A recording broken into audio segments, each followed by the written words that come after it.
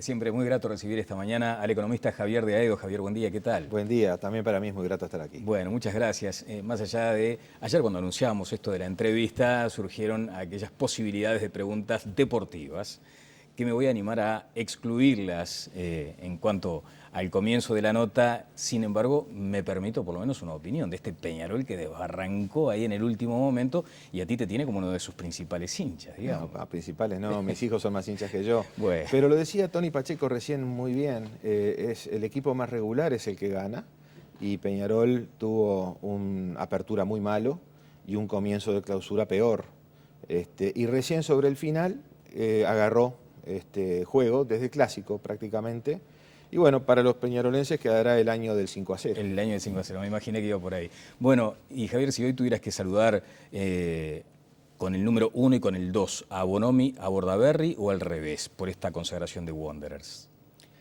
No, yo recordaría a mi tío, ya fallecido hace muchos años, que fue dirigente de Wander y que me hizo socio de Wander en mi adolescencia. Por unos años fui socio de Wander. Mi familia paterna era del Prado y él integró aquella directiva con Matteo Giri, que estaba muy allegado a Federico Slinger, en fin, un montón de gente tradicional de Wanderers. Y bueno, mi recuerdo ayer fue para él. ¿No llamarías ni a Bonomi ni a Bordaberry en esta circunstancia de hoy, por ejemplo? No, por fútbol no.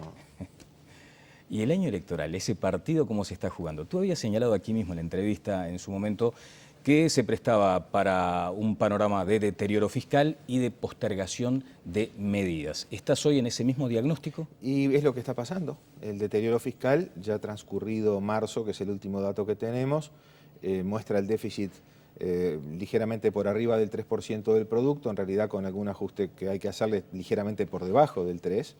Pero yo creo que se va a volver a dar aquella regla de que en los años electorales se empeoran las finanzas públicas.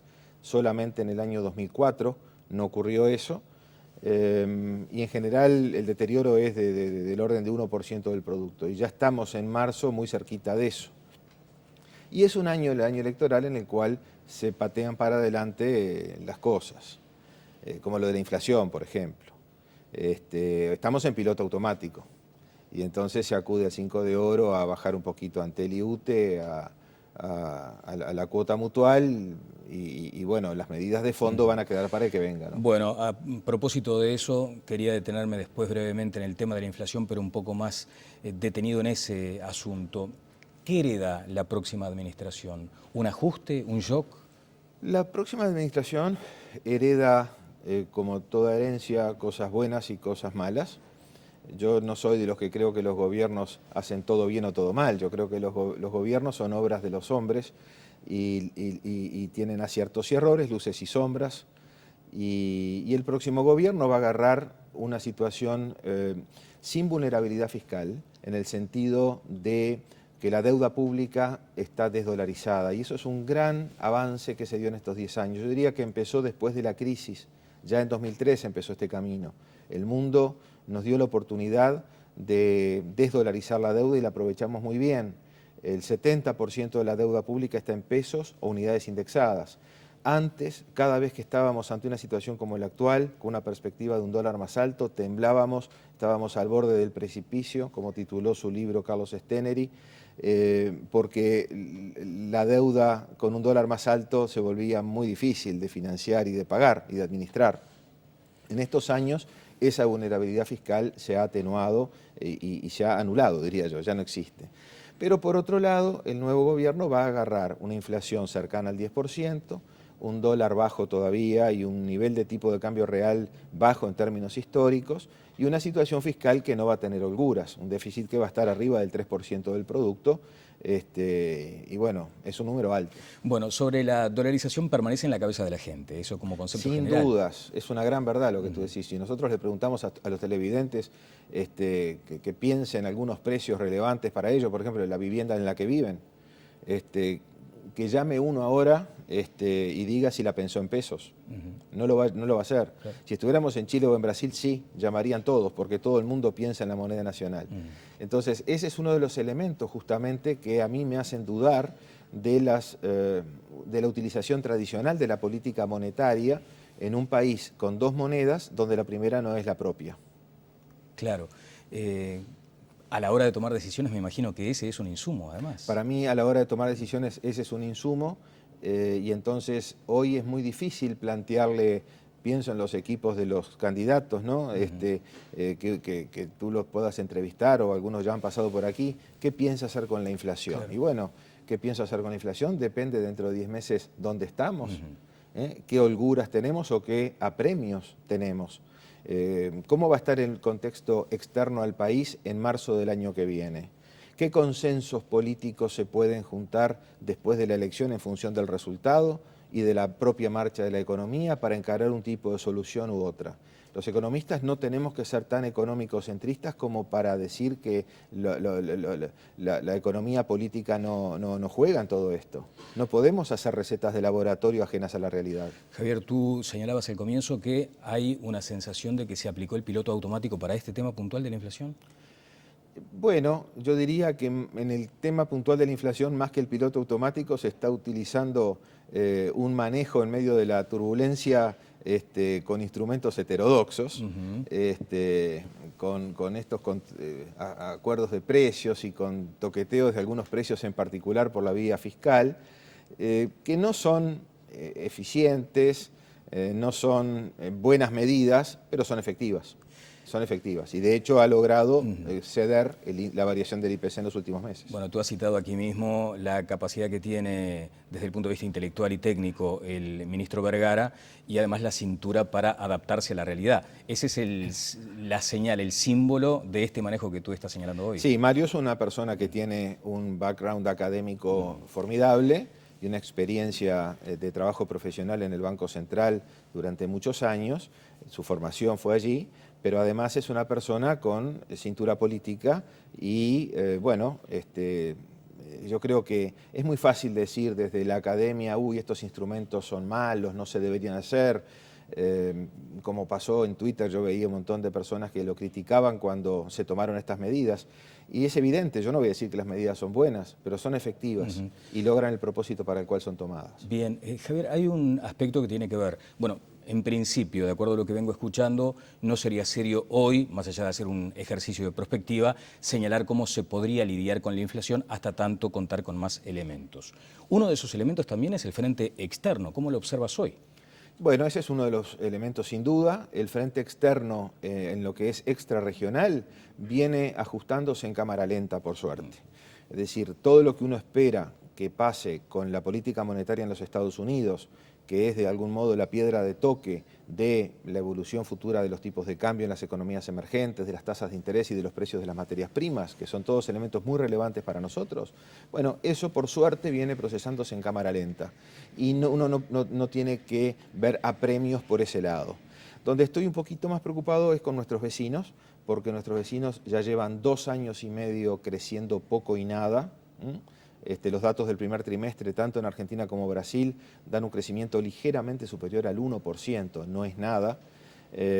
Argentina creo que si no entró en recesión está a punto de entrar. Y a su vez los dos vecinos se han abaratado en los últimos 2 años y medio.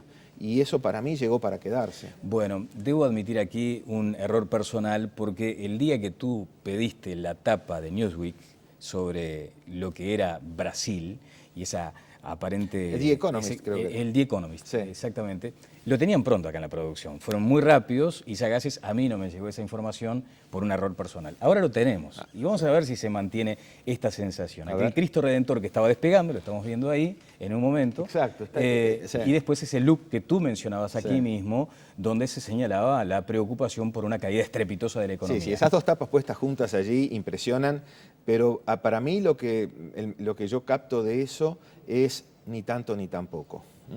Yo diría, la nota al pie diría ni tanto ni tampoco.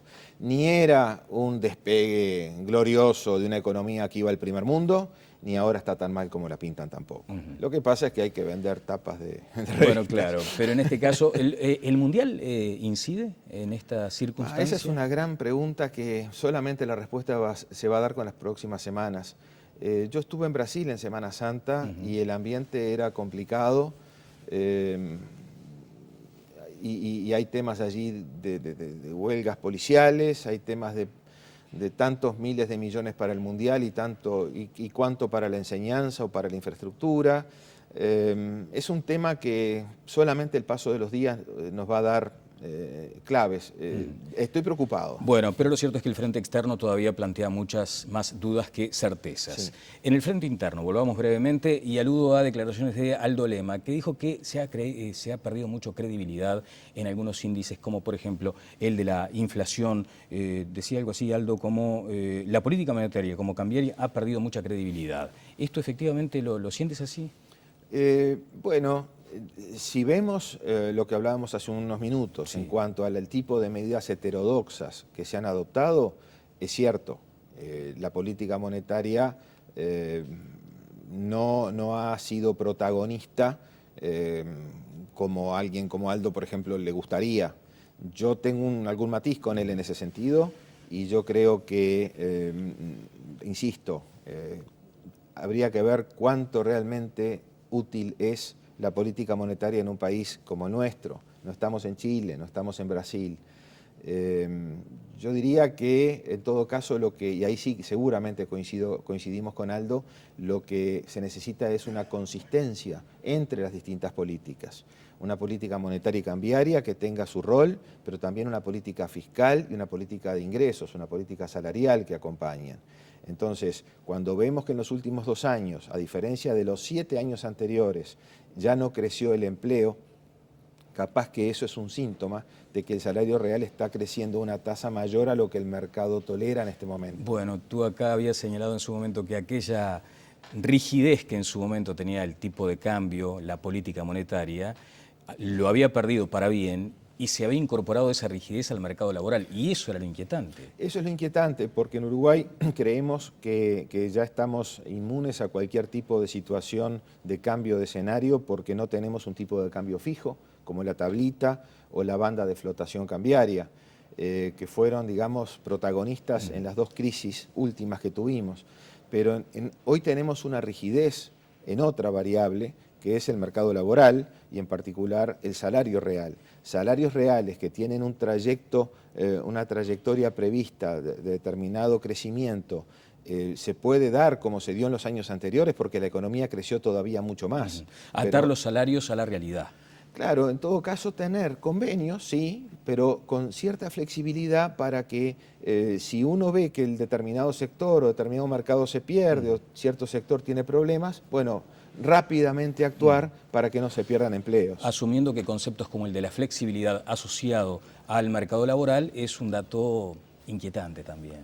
Claro, pero lo que pasa... Asusta, digamos. Claro, por un tema de etiquetas, porque quizá quienes la han propiciado en su momento no la explicaron bien, o quizá porque hay un razonable temor de quienes puedan ser objeto de su aplicación.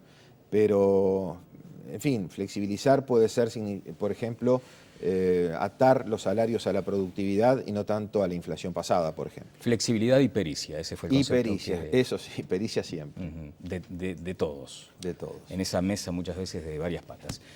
Voy a compartir algo de lo que me decías hace un tiempo, creo que en enero aquí mismo en Telebundía. Políticamente, ¿dónde estás? Porque ahora estamos en este clima de especulaciones, ¿no? Y se te ha citado muy cerca de Raúl Sendic, también muy afín a Danilo Astori, eso sí, tú lo has manifestado públicamente, es el líder con el que hoy tenés más identidad. Sí, yo voy a votar a mi partido, al Partido Nacional, en las elecciones internas, y no voy a participar de la campaña electoral. Voy a participar como tú, tuiteando, escribiendo alguna columna, opinando, desde una búsqueda de imparcialidad, tratando de informar a la gente. Orgánicamente nada. Nada.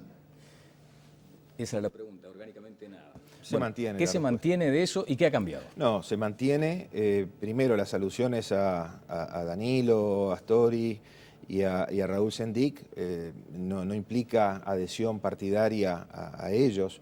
Yo tengo una cabeza suficientemente amplia como para saber elogiar cuando personas de distintos sectores políticos hacen cosas que yo creo que están bien.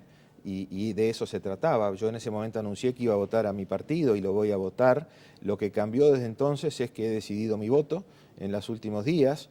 He decidido votar a Luis Lacalle Pou porque me ha entusiasmado mucho su actitud en este momento, una actitud que mira para adelante, una actitud que, a ver, yo creo que tenemos que hablar menos los uruguayos de Maracaná y de la dictadura, y tenemos que hablar más de enseñanza y de infraestructura. Rima y todo, digo, no lo había pensado así. Ya queda pronto para el artículo. pero en todo caso creo que tenemos que mirar para adelante, no tenemos que hablar de ellos y nosotros, sino de todos nosotros juntos. Está bien que un tiempo electoral son tiempos de rispideces, de polarizaciones, de buenos y de malos, pero tenemos que bajar la pelota cuando pase todo esto y tenemos que buscar los comunes denominadores entre los uruguayos que creo que son importantes. Y creo que Luis es el candidato para el momento. Yo pensé hace un tiempo que era para más adelante, pero en esta campaña me convenció que es para ahora. Y bueno, lo voy a votar con mucho gusto. Además tiene un equipo de gente que lo dirige o lo coordina a Pablo da Silveira. Tú lo conoces muy bien a Pablo, es un hombre que viene de la academia, pero tiene los pies en la tierra. Es una combinación interesante y no frecuente. Y es de las personas que creo que la política gana y puede levantar el nivel. Debo preguntarte si en tu abanico de posibilidades consideraste la eventualidad de respaldar a Jorge Larrañaga. Naturalmente, los dos candidatos del Partido Nacional son muy buenos candidatos. Y de hecho, la paridad que ellos muestran en las encuestas es la prueba de que lo son. Y también el hecho de que el Partido Nacional esté tan bien posicionado para octubre con una intención de votos antes de repartir indecisos superior a la votación de octubre del 2009, habla de la potencia que estos dos candidatos le han dado al partido. O sea que es una elección entre dos muy buenos candidatos, pero es una elección y hay que elegir. Bueno, yo elegí a uno de ellos, a Luis Lacalle Pou, porque en esta oportunidad creo que es el indicado. Estás hablando de la paridad en las encuestas. Ese es el sondeo, ese es el número que ustedes hoy manejan. La posibilidad, además, de que Lacalle Pou gane, o sea, más allá de la afinidad que hoy encuentras con Luis Lacalle Pou, entiendes que puede llegar a ser el candidato y luego el ganador. A ver, yo no voto al ganador, voto a quien me parece en cada elección el mejor candidato. Y yo los sondeos y las encuestas que veo son las mismas que son públicas y veo una paridad muy grande. Y bueno, dicen los expertos que capaz que ese día recién se va a saber y no antes quién gana esa interna. Pero en todo caso yo lo que veo de esto y lo que rescato de esto es la fuerza de un partido que tiene dos candidatos muy fuertes y con un clima interno muy amigable. Eso es muy importante. Debo preguntarte además, ¿en qué condición? Porque en la entrevista anterior hablábamos de aquella cuestión de no participar orgánicamente del partido. Ahora has emitido el voto que tu alma ha pronunciado, como decíamos un poco bromeando antes. ¿Como asesor de Lacalle Pou? No, se mantiene la misma situación. Soy un ciudadano que manifiesta públicamente su voto. Mucha gente me ha preguntado privadamente a quién iba a votar y bueno, me parece oportuno hacerlo. Pero nada más que eso. Es decir, yo me sigo dedicado a mis cosas, a mi familia y a mi profesión, que son las cosas que más me mueven en la vida. ¿Te gustó ese concepto de la motosierra del fertilizante? Me pareció muy bueno, es decir, me pareció muy inteligente, muy representativo de un cambio generacional. Encontré la motosierra, la vendí y compré fertilizante. Estamos en tiempos de correr hacia adelante y no de replegarnos.